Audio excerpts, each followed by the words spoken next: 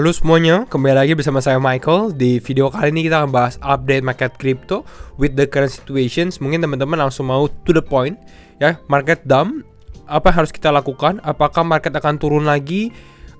Should we buy or sell gitu ya? Mungkin dari beberapa teman-teman, this is your first rodeo, your first pada saat mengalami penurunan, mungkin ada sedikit panik, which is normal teman-teman, karena memang turunnya signifikan, mungkin 10%, 15% drawdown di portfolio. Tapi nggak apa-apa, kita akan coba update di video kali ini karena memang ada significant move ya di dalam market ya. Pastinya teman-teman kalau suka videonya, untuk bantu support channel ini dengan cara share videonya ataupun like videonya juga. Let's start with 580 likes di video kali ini, jadi bisa pencet tombol likes-nya juga untuk kalau teman-teman suka video ini gitu ya. And mungkin kita masuk dulu ke dalam intronya ya.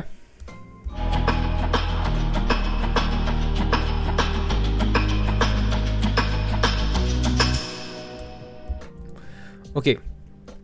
Kita kalau membahas mengenai market crypto gitu ya, kita lihat Bitcoin. Memang saat ini Bitcoin mengalami penurunan signifikan sekitar 5,4%, dan ini cukup bisa dibilang, kalau menurut saya ini cukup menarik altcoin. Jadi rata-rata mungkin ada memang lebih banyak yang mengalami penurunan gitu ya. Kita lihat di sini Ethereum turun sekitar 4,7, Ripple turun sekitar 6,2, Cardano 8,6 dan lain-lainnya.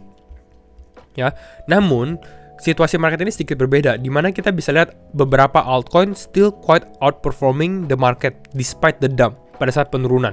Ya, ini yang saya julukin mungkin altcoin yang lagi kuat gitu ya. Dan altcoin yang lagi kuat ini ya, pastinya biasanya setiap mungkin beberapa saat pada saat market dump itu muncul yang baru teman-teman. Jadi pasti berganti ya. Ada saat-saatnya, dan saat ini memang yang lagi naik nih seperti ekosistem Solana nih, Solana dan Jupiter, Conflux, Fetch AI ya. Jadi AI maupun di Solana nih saya sempat bahas di komunitas Telegram gitu ya. Jadi kalau mau join aja teman-teman, it's free juga. Yang lagi mengalami kenaikan. Jadi nggak sepenuhnya lah, beberapa altcoin masih cukup gaining strength, walaupun rata-rata ya kita lihat ya drawdown sekitar 10%-an, 8%-an. Ya, let's dive deeper ya, what happened di dalam market. Saya sudah bahas ya beberapa, kalau teman-teman lihat di video terakhir juga kita bahas market ini lagi di extreme grid. Di extreme grid. Extreme grid ini adalah situasi di mana sebenarnya kita harus berwaspada, bukan saatnya kita beli terus ya. Karena biasanya extreme grid market mungkin naik ya. Naik 2%, naik 3%, tapi sekali down mungkin bisa 10% gitu ya. Jadi kalau teman-teman lihat down 10%, justru seperti ini, kalau menurut saya ini akan menjadi opportunity, kesempatan untuk kita add some more gitu ya. Makanya saya bahas di beberapa video terakhir, harus ada amunisi, ada cash juga teman-teman. Walaupun kita tetap harus ada exposure ke dalam market crypto karena trennya masih naik. Dan dump ini tidak change beberapa hal, karena kita lihat Bitcoin turun pun ya, saat ini pun masih di, kita lihat secara market cap ya, dan di 60 ribuan ya, 68 ribu ya. Basically ini masih di atas 1 miliar juga, masih 1 miliar rupiah. Jadi ya kenapa kita harus worry gitu ya, kenapa kita harus cemas dan lain-lain ya. Kalau kita ada convictions, let's let the convictions play juga. Nah, ini saya sempat warning juga ya kepada teman-teman di Telegram. Kemarin nggak sempat buat video, di mana total open interest mengalami kenaikan teman-teman. Ini total open interest untuk altcoins ya. Biasanya kalau seperti ini bisa dikatakan market mulai sedikit over leverage, dan biasanya akan terjadi sedikit flush ya. Dan berpas-pasan pada saat saya send ini, beberapa jam kemudian market turun, ternyata hari ini dump lebih parah lagi gitu ya. Jadi ya teman-teman bisa lihat seperti open interest, funding rate, ini bisa kita lihat nih, wah ini kira-kira market akan turun nih ya. Tinggal lihat secara funding rate-nya positif atau negatif, berarti bisa terjadi short squeeze atau dump seperti ini gitu. Tapi nggak apa, kita akan pastinya membantu teman-teman juga gitu ya. Jadi ini salah satu indikator lah gitu. Nah, next up, what happened lagi? Oke, ini yang sikap yang saya gunakan juga. Ini dari CryptoSevo. Dia bilang, in a bear market, you don't believe in the bounces because they tend to go lower each time. Ya, jadi kalau di bear market, biasanya dia naik sedikit terus turun lagi, naik sedikit terus turun lagi. Tapi memang situasi ini sedikit berbeda gitu ya. Jadi kita harus adaptasi. Ini untuk teman-teman yang bukannya baru, tapi teman-teman yang mengalami bear market. Jadi takut-takutan nih kalau misalnya untuk membeli kripto karena takutnya dia lebih turun lagi. yang kita lihat the trend secara tahun 2024 outlooknya ini positif juga. Jadi kita harus sedikit merubah pola pikir kita gitu ya, yang kita rasakan selama beberapa bulan terakhir gitu ya. Mungkin beberapa tahun terakhir, karena beberapa bulan terakhir kita cukup positif nih teman-teman. Ya, all corrections are opportunities. Ya, setiap koreksi adalah kesempatan, which is I agree juga gitu. Jadi ya ini waktunya teman-teman udah highlight nih di watchlist kripto-kripto apa yang menarik gitu ya. Mau di sektor apa, AI kah, RWA kah, gaming kah. Nah ini waktunya bisa membeli di harga diskon gitu. Istilahnya nih kalau teman-teman tunggu di mall, nunggu barangnya diskon baru mau beli ya, lagi late night sale gitu. Nah ini salah satu juga indikasi sebenarnya dari skew triangle. Dia membahas spot selling still leading price lower. Jadi memang yang ngedrive penurunan ini adalah spot teman-teman. Jadi ya kalau menurut saya secara pribadi ya saya lihat Bitcoin turun ke 68.000, mungkin kita akan lebih terkonsolidasi lah di area ini. Jadi kita mungkin nggak akan visit new all time high dalam beberapa hari atau beberapa minggu ke depan juga gitu. Lebih ke arah konsolidasi, dan mungkin ini adalah momen untuk switching ya, yang saya bahas di video terakhir, 2 video terakhir for alt season. Jadi kita butuh pivot point sebenarnya. Jadi bisa jadi DAM ini menjadi pivot point kita, di mana Bitcoinnya akan lebih terkonsolidasi, sedangkan yang akan bermain ini altcoins. Karena kita lihat juga nih di sini Solana, CFX, Jupiter ini mereka udah mulai mengalami gaining strength juga gitu. Jadi ini definitely something to watch gitu. Ya. Tapi kita lihat ya, ini saya masih menjadi hipotesis aja gitu, karena kita tahu bahwa yang drive market saat ini adalah institusi, bukan retail. Jadi we will see how the market react juga pada malam ini pada saat market open gitu. Apakah institusi masih still buying dengan harga Bitcoin yang terdiskon, atau mereka akan sedikit ada sedikit fearfulnya juga gitu. Nah, tapi overall sebelum itu juga, kalau teman-teman yang belum ada Binance, ini kalau teman-teman notice saya nggak pakai green screen karena memang Binance lagi ada event gitu. Jadi saya lagi di Thailand, pas bikin video ini juga gitu, karena memang market lagi down. Kita akan coba update continuously gitu ya pada saat ada big movement di dalam market. Ya, jadi kalau teman-teman yang belum ada Binance, feel free untuk register, karena menurut saya Binance ini ya is the biggest exchange gitu ya di cryptocurrency. Secara ya fitur-fiturnya lengkap semuanya kalau teman-teman yang baru trading ataupun yang udah expert gitu, dan pilihan koinnya juga banyak. So it's very simple, kalau teman-teman mau support bisa daftar dan trading deposit gitu ya, menggunakan code saya gitu. Nanti saya akan taruh di kolom deskripsi juga ya, karena ditambah juga sebenarnya Binance ini lagi cukup sering nih mengadakan launch pool teman-teman. Jadi saat ini pun teman-teman masih bisa farming ETHFi ya. Nanti saya akan buat satu video khusus untuk launch pool ini. Stay tune, mungkin besok saya akan buat gitu ya untuk ETHFi ini. Jadi ya teman-teman bisa lihat lagi launch pool itu kira-kira apa sih. Basically teman-teman bisa mendapatkan token ini secara gratis gitu. So ini untuk Binance, tapi kita bahas lagi nih untuk the current situation ya, itu intermezzo aja. Oke, kalau kita bahas mengenai liquidation data ya, kalau teman-teman lihat dari CoinGlass sendiri, ini liquidation data, penurunan ini sebenarnya nggak terlalu signifikan ya, kalau ya dibandingkan dengan yang sebelumnya ini tanggal 6 Maret kalau nggak salah ya, 5 Maret 6 Maret. Ini yang parah, di mana market turun sekitar 20%, almost all position liquidated, karena ya 20% udah hampir kena stop loss semua orang. Saat ini nggak yang terparah, tapi ya cukup besar teman-teman. Jadi kalau kita lihat secara mungkin bukan 4 jam ya, tapi kita lihat secara 12 jam atau 24 jam, ya sekitaran 500 juta dolar lah yang terkena likuidasi gitu. Jadi kalau menurut saya, tips saya sebenarnya teman-teman stay strong. Kalau teman-teman mungkin yang pusing, terbawa drawdown dan lain-lain, mungkin bisa take a break dulu. Tapi sebenarnya ini nggak terlalu parah untuk damnya. Bahkan sekarang pun kita udah sedikit melihat ada recovery gitu di dalam market. Yang menariknya juga sebenarnya ini kalau teman-teman lihat secara one day pun ya, ini yang saya sempat bahas juga di video yang lalu, di mana funding rate mulai orange lagi, banyak orang yang mulai mengambil posisi long, dan saat ini ke flash lagi jadi warna hijau lagi gitu. Jadi it's definitely something to watch juga nih. Ini teman-teman bisa lihat ya, orange lagi. Nah sekarang udah hijau lagi nih rata-rata.